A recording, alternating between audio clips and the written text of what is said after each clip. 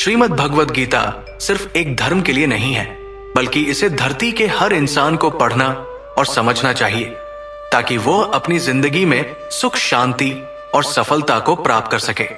कहा जाता है कि जिस घर में गीता का पाठ हर रोज पढ़ा जाता है या सुना जाता है, उस घर में भगवान श्री कृष्ण आते रहते हैं।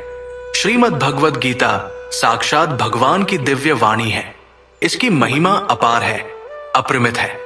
उसका यथार्थ में वर्णन कोई नहीं कर सकता। शेष, महेश, गणेश भी इसकी महिमा को पूरी तरह से नहीं कह सकते। फिर मनुष्य की तो बात ही क्या है। भागवत गीता में कुल 18 अध्याय और 700 श्लोक है, जिसे सभी के लिए पढ़ पाना थोड़ा मुश्किल है।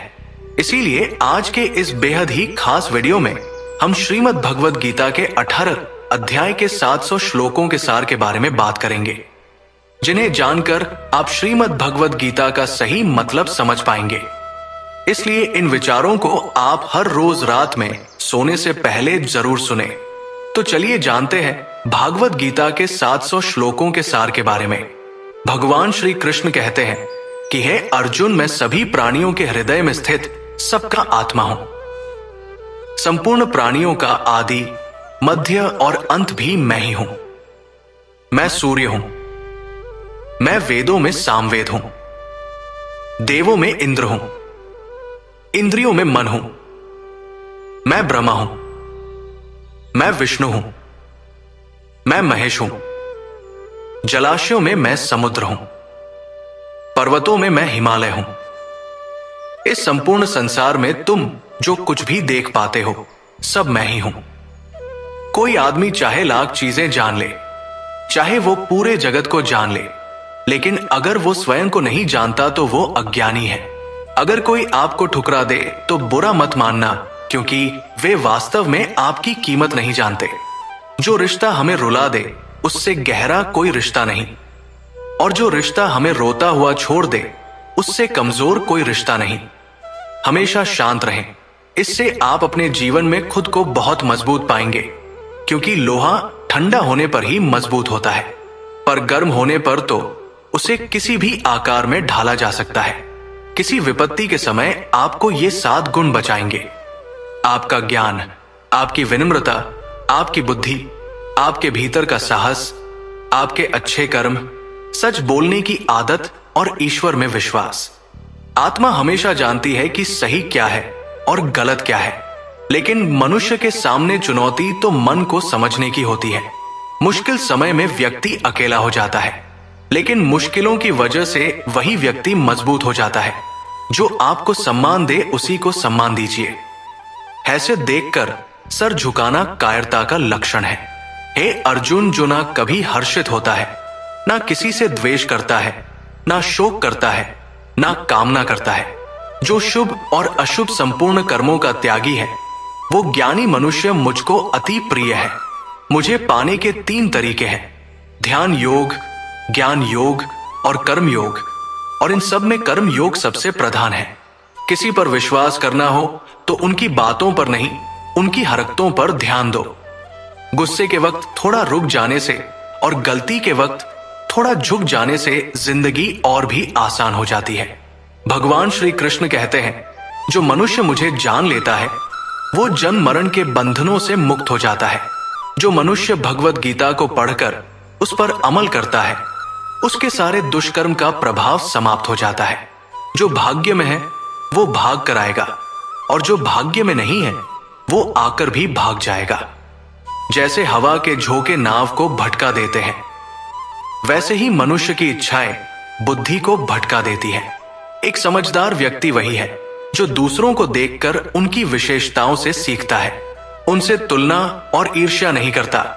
शस्त्र केवल शरीर को घायल कर देते हैं, किंतु शब्द आत्मा को भी घायल कर देते हैं।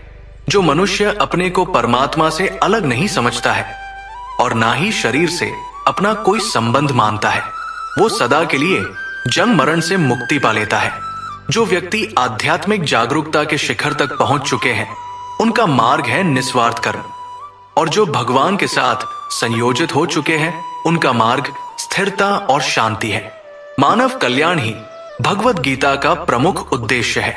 इसलिए मनुष्य को अपने कर्तव्यों का पालन करते समय मानव कल्याण को प्राथमिकता देना चाहिए। श्री कृष्ण कहते हैं, जो तुम्हारा साथ देता है तुम उसका साथ दो, जो तुम्हें धोखा देता है तुम उसे त्याग दो। जिस जगह आपका सम्मान नहीं हो वहां पर कभी जाना नहीं चाहिए, वरना लोग आपको कमजोर और बेवकूफ समझेंगे। जहां बारिश ना हो वहां फसल खराब हो जाती है, और जहां संस्कार ना हो वहां नस्ल भी खराब हो जाती है। जो लोग ये कहते हैं मेरे पास वक्त नहीं है, असल में उनके खास रिश्तों की गिनती में आपका नाम ही नहीं है। हे अर्जुन, वह जो वास्तविकता में मेरे उत्कृष्ट जन्म और गतिविधियों को समझता है, वो शरीर त्यागने के बाद पुनः जन्म नहीं लेता और मेरे परमधाम को प्राप्त होता है। वो व्यक्ति जो सभी इच्छाएं त्याग देता है और मैं और मेरा की लालसा और भावनाओं से मुक्त हो जाता है, उसे अपार शांति की प्राप्ति होती है। जिस मनुष्य के अंदर ज्ञान की कमी और ईश्वर में श्रद्धा नहीं होती, वो मनुष्य जीवन में कभी भी आनंद और सफलता को प्राप्त नहीं कर पाता है। ईश्वर ने हमें जो कुछ भी दिया है वही हमारे लिए पर्याप्त है, और यही एक अटल सत्य भी है। संयम, सदाचार, स्नेह एवं सेवा, ये गुण सत्संग के बिना नहीं आते हैं। ईश्वर से किए गए प्रार्थना से इंसान की परिस्थिति या तकदीर बदले या ना बदले, पर उस प्रार्थना से इंसान के चरित्र में जरूर बदलाव आता है। बात इतनी मधुर रखो कि कभी वापस भी लेनी पड़े तो आपको कड़वी ना लगे। खुद में थोड़ा स्वाभिमान होना जरूरी है, वरना लोग आपको वहां भी दबाने की कोशिश करेंगे जहां आपका अधिकार है। कोई एक महापुरुष ही आत्मा को आश्चर्य की भांति देखता है, वैसा ही दूसरा कोई महापुरुष ही इसके तत्व का आश्चर्य की भांति वर्णन करता है, तथा दूसरा कोई अधिकारी पुरुष ही इसे आश्चर्य की भांति सुनता है, और कोई तो सुनकर भी इसको नहीं जानता है। श्री कृष्ण कहते हैं, दुख सुख को समान समझने वाले जिस धीर पुरुष को ये इंद्रिय और विषयों के सहयोग व्याकुल नहीं करते, वो मोक्ष के योग्य होता है। जब तक तुम अपने आप से नहीं हार जाओ, तब तक दुनिया की कोई ताकत तुम्हें हरा नहीं सकती। कमजोर तुम नहीं, तुम्हारा वक्त है, और वक्त सबका बदलता है। तुम बस अपना कर्म करते जाओ। जिसने कभी संकट नहीं देखा, उसे अपनी ताकत का कभी एहसास नहीं होगा। जो दूसरों की तकलीफों को समझते हैं, जिनमें दया है, जो दिल से अच्छे हैं, उन्हें दोबारा जन्म नहीं लेना पड़ता। किसी को कुछ देकर घमंड मत कर। क्या पता तू दे रहा है या पिछले जन्म का कर्ज चुका रहा है। घमंडी मनुष्य का वंश, वैभव और प्रतिष्ठा तीनों ही चले जाते हैं। विश्वास ना हो तो रावण, कौरव और कंस को देख लो। चुप रहने से बड़ा कोई जवाब नहीं, और माफ कर देने से बड़ी कोई सजा नहीं। जिस मनुष्य के पास सब्र की ताकत है, उस मनुष्य की ताकत का कोई मुकाबला नहीं कर सकता। हमारी व्यर्थ की चिंता और मन का भय एक ऐसा रोग होता है जिससे हमारी आत्मीय शक्ति बिखर जाती है। मनुष्य को जीवन की चुनौतियों से भागना नहीं चाहिए, और ना ही भाग्य और ईश्वर की इच्छा जैसे बहानों का प्रयोग करना चाहिए। यज्ञ से बचे हुए अन्न को खाने वाले श्रेष्ठ पुरुष सब पापों से मुक्त हो जाते हैं, और जो पापी लोग अपना शरीर पोषण करने के लिए ही अन्न पकाते हैं, वे तो पाप को ही खाते हैं। अर्थात जो लोग ईश्वर को याद किए बिना अपने जिंदा रहने में ही लगे रहते हैं, उन्हें एक चोर समझना चाहिए। केवल ज्ञान ही एक ऐसा अक्षय तत्व है जो कहीं भी, किसी भी अवस्था में और किसी भी काल में मनुष्य का साथ नहीं छोड़ता। धरती पर जिस प्रकार मौसम में बदलाव आता है, उसी प्रकार जीवन में भी सुख दुख आता जाता रहता है। धरती पर जिस प्रकार मौसम में बदलाव आता है, उसी प्रकार जीवन में भी सुख दुख आता जाता रहता है। युद्ध हो या जीवन सफलता केवल 3 शस्त्रों से प्राप्त होती है: धर्म, धैर्य और साहस। कोई भी मनुष्य जन्म से नहीं, बल्कि अपने कर्मों से महान बनता है। कुछ पाना है तो खुद पर भरोसा कीजिए, क्योंकि सहारे कितने भी सच्चे और अच्छे हो साथ छोड़ ही जाते हैं। मित्र गरीब है या अमीर ये मायने नहीं रखता, बल्कि वो आपके बुरे समय में आपका साथ कितना देता है ये मायने रखता है। धर्म चाहे जो भी हो, अच्छे इंसान बनो। हिसाब हमारे कर्म का होगा, धर्म का नहीं। खुशी के लिए काम करोगे तो खुशी नहीं मिलेगी, लेकिन खुश होकर काम करोगे तो खुशी जरूर मिलेगी। जब आप दूसरों के लिए अच्छा चाहते हैं तो वही अच्छी चीजें आपके जीवन में वापस आती है। यही प्रकृति का नियम है। आपका मूल्य इससे तय नहीं होता कि आप क्या है, ये इससे तय होता है कि आप खुद को क्या बनाने की क्षमता रखते हैं। हंसता हुआ मन और हंसता हुआ चेहरा, यही सच्ची संपत्ति है। जितना इंतजार वो आपसे करवा रहा है, समय आने पर वो इतना देगा कि संभाल भी नहीं पाओगे। कोई आपका साथ ना दे तो निराश मत होना, क्योंकि परमात्मा से बड़ा हमसफर कोई नहीं होता। खुशी आजादी पर निर्भर होती है, और आजादी इस बात पर निर्भर होती है कि आप कितने साहसी हैं। विश्वास के बगैर इस दुनिया में कोई भी रिश्ता ज्यादा देर तक कायम नहीं रह सकता। यदि किसी भूल के कारण कल का दिन दुख में बीता तो उसे याद कर आज का दिन व्यर्थ ना करें। बहुत से ऐसे लोग हैं जो कर्म करते हुए ही परम सिद्धि को प्राप्त हुए थे। जनक आदि ज्ञानी जन भी आसक्ति रहित कर्म द्वारा ही परम सिद्धि को प्राप्त हुए थे। इसलिए मनुष्य को हमेशा अच्छे कर्म करने चाहिए और फल की अभिलाषा से दूर रहना चाहिए।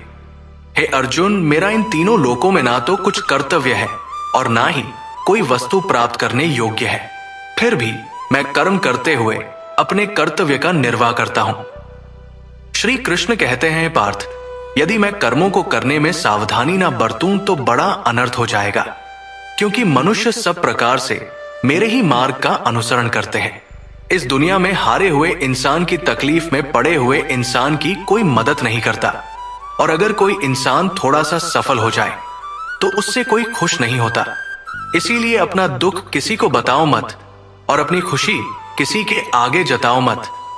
मनुष्य का आहार हमेशा सात्विक और संतुलित होना चाहिए। जिस इंसान को यह समझ नहीं कि क्या खाना चाहिए, कितना खाना चाहिए, कहां खाना चाहिए और कैसे खाना चाहिए, वो परमात्मा को कभी नहीं पा सकता।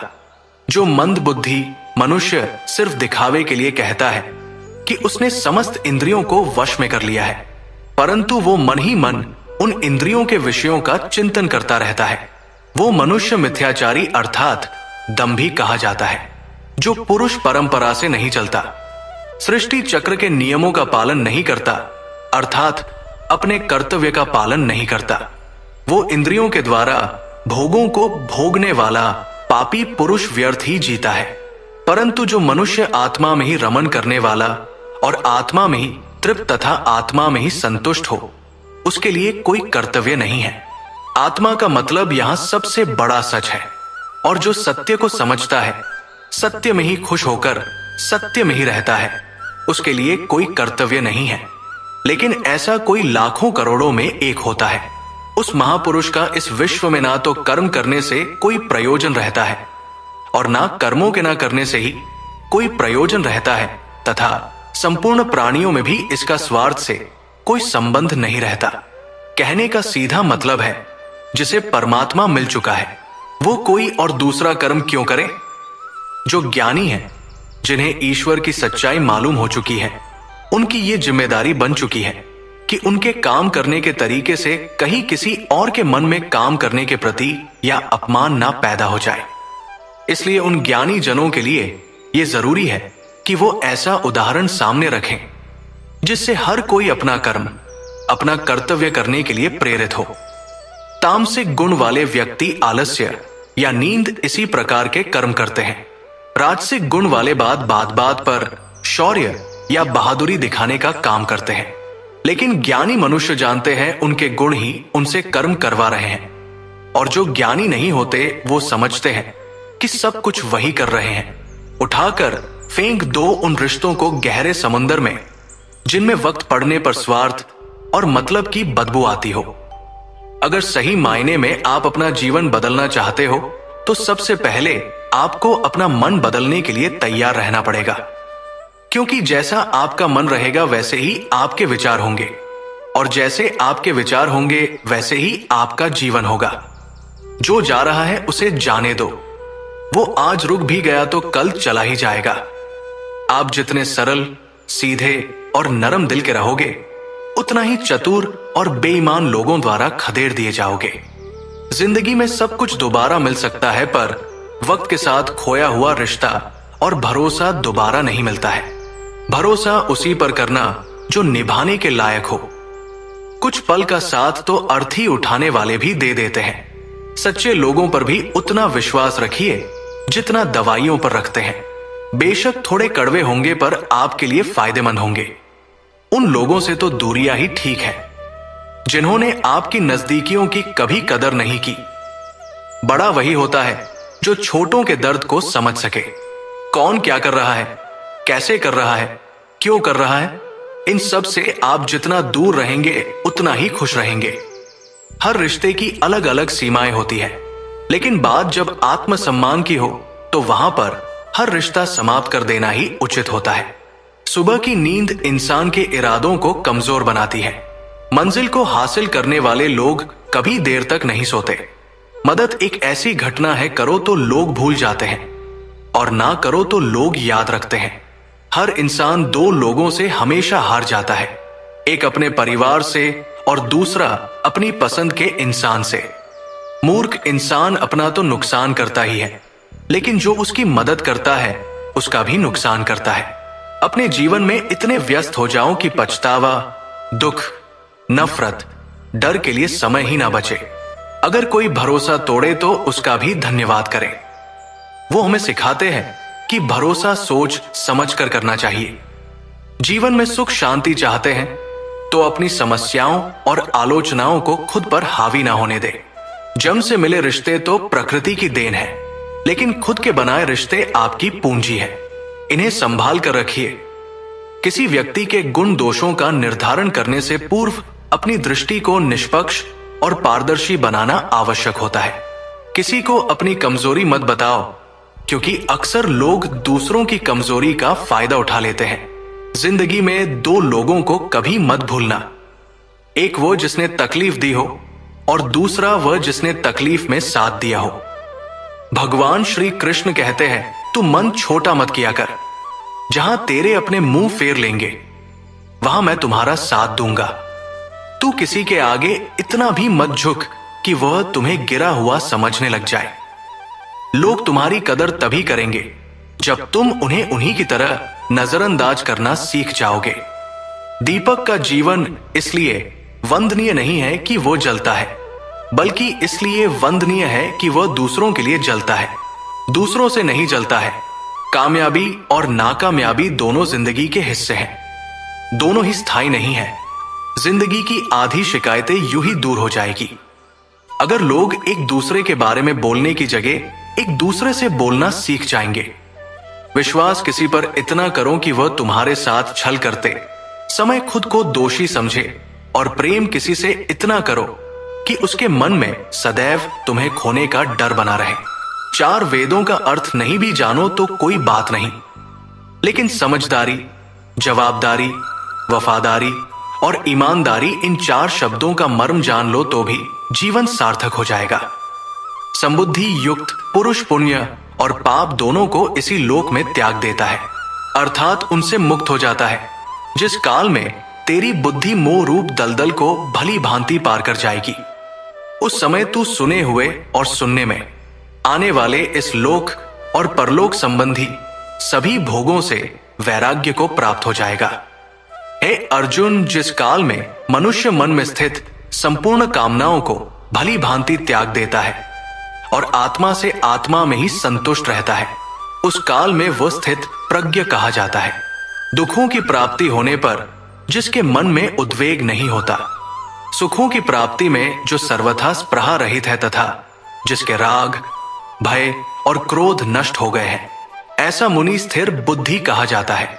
जिस प्रकार कछुआ सब ओर से अपने अंगों को जैसे समेट लेता है, वैसे ही जब पुरुष इंद्रियों के विषयों से इंद्रियों को सब प्रकार से हटा लेता है, तब उसकी बुद्धि स्थिर है। ऐसा समझना चाहिए किससे, कब और कितना बोलना है। अगर तुमने ये समझ लिया तो तुम अपनी जिंदगी के सार्थक बन चुके हो। कान्हा कहते हैं, जीवन में कभी मौका मिले तो किसी के लिए सारथी बनना स्वार्थी नहीं।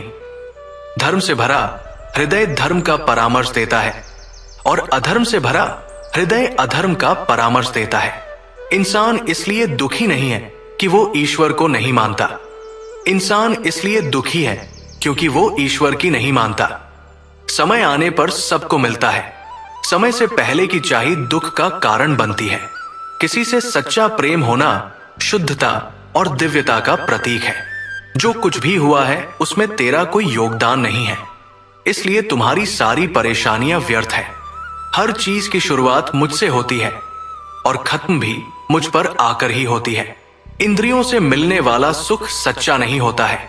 इंद्रियों का सुख पहले तुमको अमृत की मिठास देगा, लेकिन बाद में तुम्हारा विनाश कर देगा। कान्हा कहते हैं, हे मानव, तुम अपने जीवन को सार्थक बना सकते हो, लेकिन इसके लिए तुम्हें मेरी शरण में आना पड़ेगा। अगर तुम्हें मेरी बातें अजब लगती हैं, तो तुम्हें अपने नजरिए को बदलने की जरूरत है।